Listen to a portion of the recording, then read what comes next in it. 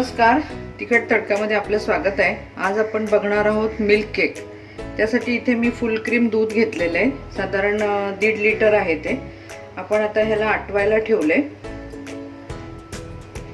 हे आटल्यानंतर म्हणजे fast gas करून थोडंसं आटवायचं आणि मग आपण आता पुढची प्रोसिजर मग बघूया। आता आपलं दूध बरंचसं आटत आलंय। आता आपण त्याच्यामध्ये एक लिंबूचा रस इथे मी काढून घेतलाय, थोडं पाणी टाकलंय आणि आपण आता ते ह्याच्यामध्ये टाकूया, म्हणजे ते दाणेदार तयार होईल। आता आपण हे अजून थोडंसं आटवून घेऊया। आता गॅस थोडा मोठा करू। आता जरा जास्त लक्ष द्यायचं, कारण ते खाली लागलं गेलं नाही पाहिजे। थोडंसं घट्ट झालं अजून की मग आपण त्याच्यामध्ये साखर घालूया। आपलं दूध आता बरंच आटत आलेलं आहे। आता आपण त्याच्यामध्ये साखर घालूया। साखर ही साधारण 250 ग्रॅम आहे, 250ला थोडी कमी। तुम्हाला जसं गोड आवडत असेल त्याप्रमाणे घ्या। अगदी फुल भरलेली आहे, थोडंसं कमी आहे। हे आम्ही ग्लासने मापाने मोजून घेतले, तर 50 ग्रॅम कमी आहे, म्हणजे साधारण 200 असेल ही।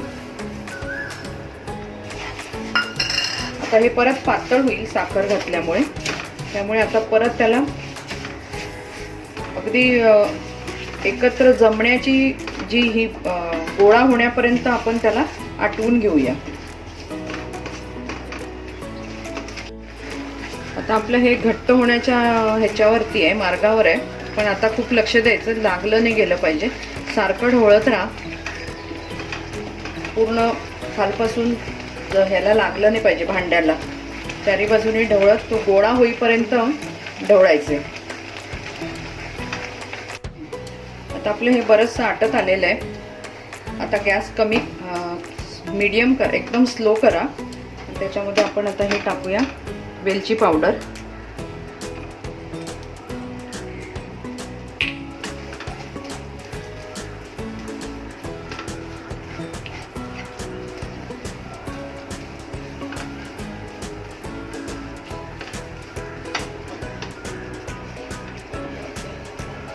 आता आपण हे केक सेट करण्यासाठी भांडं तयार करून घेऊया। हे मी गॅस बारीक केलाय। एक पातेलं घेतले, त्याच्यात तूप टाकते आणि ते सगळं आपण पूर्ण पातेल्याला लावून घेऊया।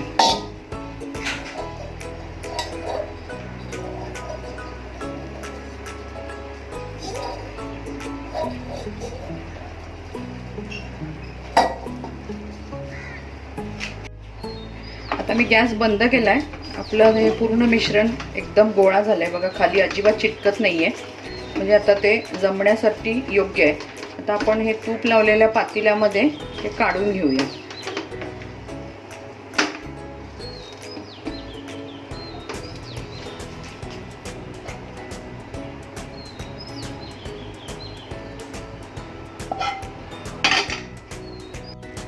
हे आता आपलं काढलंय आपण ह्याच्यामध्ये। आता हे चांगलं सेट सारखं करून घेऊया आणि साधारण आता हे सेट व्हायला ठेवूया।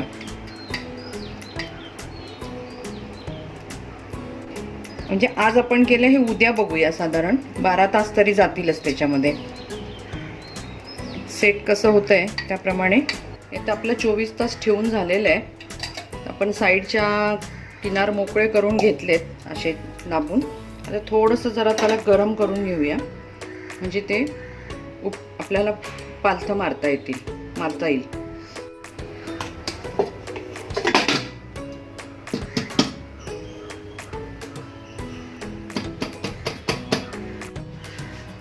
आपला मिल्क केक निघालेला आहे।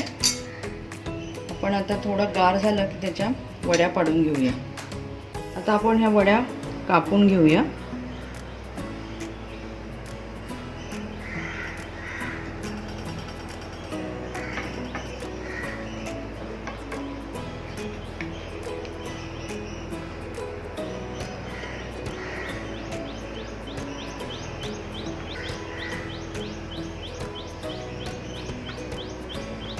तुम्हाला पाहिजे तशा जाड बारीक तुम्ही कापू शकता।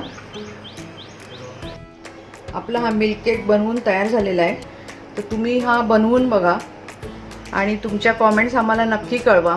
आणि असंच प्रेम तुम्ही आमच्यावर करा।